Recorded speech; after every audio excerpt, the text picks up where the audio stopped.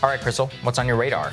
Well, around about early June, Fox News realized they had a big problem. Their on-air narrative night after night was about violent rioters in the streets, Antifa thugs terrorizing innocent communities and small business owners. But, well, they didn't have a lot to work with. We covered here how they had resorted to photoshopping a scary gunman into images of the Seattle Autonomous Zone. At the same time, they were rerunning old video night after night to paint a picture of lawlessness that, in fact, didn't really exist. The game was always ridiculously clear. They didn't want calm streets or law and order. They were cheering for chaos, practically begging for it. Fox and Trump and the whole right-wing ecosystem couldn't do anything politically useful with peaceful protests backed by overwhelming public support. Just as in 2018, when they went wall-to-wall in the imagined peril of the migrant caravan, Trump desperately needed something to distract from the surging virus and an economy on the brink, and he needed to trigger the law and order crackdown reflex that has benefited so many Republican candidates of yore. So with that chaos failing to materialize, he decided to trigger his own crisis, sending jackbooted government thugs into Portland to provoke a confrontation. And it's working. Protests have escalated to thousands of participants in that city and have included violent acts from protesters who have hurled objects including firecrackers, set fires, and defaced property. Federal law enforcement has responded disproportionately, firing tear gas and rubber bullets, breaking the hand of an American veteran and spraying him in the face with tear gas. They fractured the skull of another protester using, quote, less lethal munitions in what video shows to have been an unprovoked attack. Another federal agent stands accused of sexual assault. But the backlash to the federal incursion in Portland has spread to other major cities, no doubt in part because of the vague nationwide threat from Trump to send his troops in wherever needed. Well, I'm going to do something that I can tell you, because we're not going to let New York and Chicago and Philadelphia and Detroit and Baltimore and all of these, Oakland is a mess. We're not going to let this happen in our country. All run by liberal Democrats. So more federal law enforcement to some of these cities? More federal law enforcement, that I can tell you. Over the weekend, protests did in fact escalate in Seattle, in LA, in New York, in Richmond, Virginia, Louisville, Austin, and so many more. Now, every individual is, of course, responsible for their own actions, but everyone should be clear. If you are interested in peace and in order, the introduction of Department of Homeland Security agents and the threat to mobilize thousands more has only caused tensions to flare and created unrest, which again was clearly the goal here. So with this threatened and actualized authoritarian crackdown as backdrop, something kind of encouraging actually did happen. Retired Senator Barbara Boxer, in a post-op-ed, admitted she was wrong when she voted to create the Department of Homeland Security. Basically, Senator Boxer explains that she didn't have the imagination at the time to picture how DHS could be weaponized against our own citizens. She writes, "Our goal then had been to protect our own people, not hurt them, not harm them, not hunt them down on the streets of Portland or any other city. There was no protection built into this bill to stop a power-hungry president from misusing a powerful federal police force hidden in disparate agencies controlled by one agency head. The thought never even occurred to me." Of course, George W. Bush was president at the time, who, of course, abused his office in justifying all sorts of atrocities. So I'm not sure much imagination was really required here. And plenty were able to see at the time the way that a gigantic new domestic-focused security bureaucracy tying everything from immigration to trade to the Coast Guard together might lead to more terror and not less, and certainly less freedom. What's more, it's not like this is the first time that federal agents have been turned against American citizens. On the contrary, there is a long history of surveillance, intentional agitation, and actual violence against our own people. The abuses of the Patriot Act are an obvious recent example. Reaching back to history, it's not hard to recall the assassination of Fred Hampton, charismatic young leader of the Black Panthers who was successfully bridging divides between the black and white oppressed working classes. He was murdered in a raid executed by Cook County police and plotted by the FBI. Or for that matter, the entire COINTELPRO effort to surveil and destroy activists that the government deemed to be subversive. Yes, the Department of Homeland Security is just the modern version of a long American tradition of state-sponsored terror against radical activists and threats to structures of power. Now, Trump may be more brazen rather than clandestine, but it's hard to argue his actions in all their horror are actually unique. Masha Gessen has quite a thoughtful piece on this over at The New Yorker, headlined, "Homeland Security was always destined to become a police force." Gessen writes that The original proposal for the DHS described the agency as a new government structure to protect against invisible enemies that can strike with a wide variety of weapons. One hypothetical example of an invisible enemy was a non-citizen that intends to enter our nation and attack one of our chemical facilities. The nation used to protect itself against other nations and their hostile military forces, but now it had to fear individuals. This is the premise on which secret police forces are built. I'm reminded of a central insight of Matt Taibbi's terrific book, Hate, Inc., that lacking the clear enemies of the Cold War, and with the fear of Islamic terror receding, the media needed a new galvanizing enemy to keep us tuned in and titillated through their endless hours of news coverage. They settled on one another. I would add that our nation's elites needed this enemy as well to distract from their manifest failings and hold off the accountability that would expose their lack of legitimacy and strip them of their power. Trump, as he does, has taken these cultural whisperings and brought them to horrible life, all to try to save his failing presidential bid. Now, it won't work, of course. It's a sort of repeat of his most disastrous move yet, the crushing of peaceful protesters in Lafayette Square Park. A new CBS poll of Michigan and Ohio shows that 61% believe that protests should be dealt with by local law enforcement.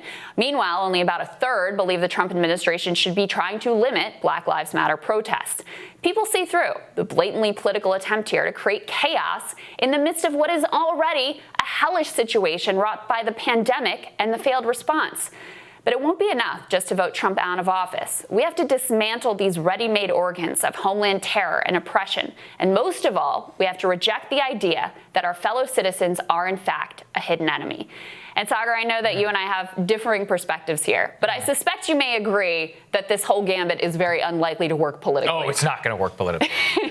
Yeah, I think it's a disaster, really, the way that they have executed on this. And this is where I have to defend the principle, but wanted to definitely go against the execution, because I very much believe in the principle that, and this goes all the way back to Jim Crow, which is that whenever local law enforcement refuses to do its job, it is up to the federal government to restore order. That's what happened in the Jim Crow era. That's why I very much defend, Eisenhower and LBJ and the Watts riots. You can even go back in 1991. Let me just pause you there, though, because what we've seen is this has only exacerbated the situation and made it worse. And it's over the objections of all the local elected officials, democratically elected by the people. The people in the town don't want them to come in, and this is not segregation we're talking about here. We're talking about defacing federal buildings, not segregation. People of Arkansas didn't want federal troops in there. They all locally elected a bunch of white supremacists, right? So look, there's been 31 straight days of violence in Portland before the feds were allowed to go, basically went in there. 31 straight days of riots. You're right. Things have not gone well. They should not have been unmasked or unmarked. They should not have been grabbing people off the streets. In my view, they should be uniformed officers. They should be just protecting federal property, and that's the way it should be. But we shouldn't also whitewash the violence that's happening, right? Right. We're seeing Whole Foods get looted. We're seeing I don't really care about Whole Foods, but I'm saying it's wanton destruction. Ted Wheeler and the mayor, the city of Portland, have allowed this crap to happen for 3 straight years. It's not just happening right now. This has nothing, and this is the other issue I have. It has nothing to do with George Floyd. These shitheads, I'll just say it, have been out there for years trying to destroy the city for no particular reason. First, they went after ICE. Before that, it was after Trump was elected. Now it's about this. They're actually destroying any legacy of what this protest movement was supposed to be about from the beginning. And then again, it's about the principle, which is that the principle is I think that when there is, I'm not going to call it an insurrection. This is the other thing. You're right. There are too many people on the right who are like, Portland is in disarray. Look, it's like 3 square city blocks. What's happening there is really bad. People are getting shot at. People are getting buildings set on fire. I don't want to whitewash. Many officers have been hurt badly. People are trying to blind them with lasers. People are setting stuff on fire. Last night, a good friend of mine, Jorge Ventura, is out there. I encourage everybody, literally filming much of what is happening on the ground. And you're right, there is a lot of bad stuff going on. And this is, again, though, if local law enforcement, if Ted Wheeler and them refuse to get a handle on the situation, what do? You can't just let it burn out, because look at what happened in Seattle. But here's Seattle the problem and Chaz. here. People got raped. People got killed. It was terrible. all flaming out. I mean, not just the local law enforcement, the senators of the state and the governor of the state. This was all dying down, and now it is really more of a conflagration in these 2 square city blocks. So. And there's also a desire to, I do not support the violent acts of the protesters. And I think it's stupid. Put the morality or whatever you feel about that. Put that aside. It's stupid in terms of winning over Yeah. public opinion, right? If they just had totally If you wanna peaceful march, protests right now nobody and cares. march, the public would 100% be on your side. And is on the their side, public, by the way, actually. Yeah. still is on their side. You know why? Because they see the disproportionate acts of law enforcement, and they see the way that bringing these people in over the objections of local law enforcement, over the local elected officials, democratically elected officials. They don't see this as equivalent to desegregating schools in the Jim Crow South. It's not the same thing. You're talking about a small group of people who could be easily handled by local law But enforcement. then why didn't they and handle if it the for elected 31 days? officials want to bring in federal agents, that's a different deal. But also, these agents aren't even trained in riot control. They're not even trained in what they're doing. So this is just not only in Portland. Now, this has made the situation worse in cities across the country because of the president's threats to send the same types of actors into places where there hasn't been violent protests. But now, yes, you are starting to see those escalating acts again. And I don't support that whatsoever.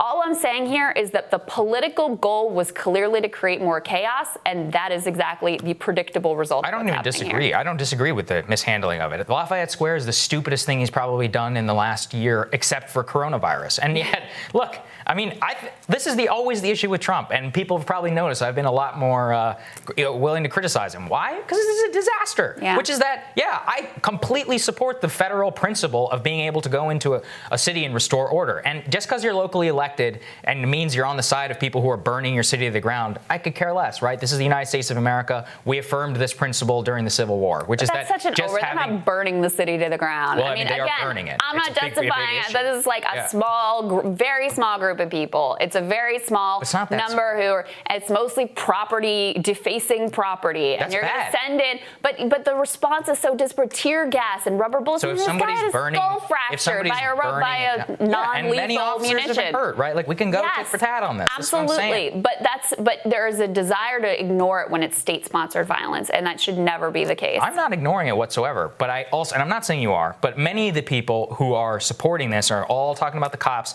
They will not acknowledge what's happening there on the ground. That is what needs to be acknowledged. And it's a complicated situation. Yeah. It's very difficult. And my thing is, 31 straight days of letting this stuff get out of hand, somebody's got to do something about it. The way it was done was bad. How it is being handled is bad. They are intentionally trying to turn this into a culture war, which is the stupidest thing I've ever seen.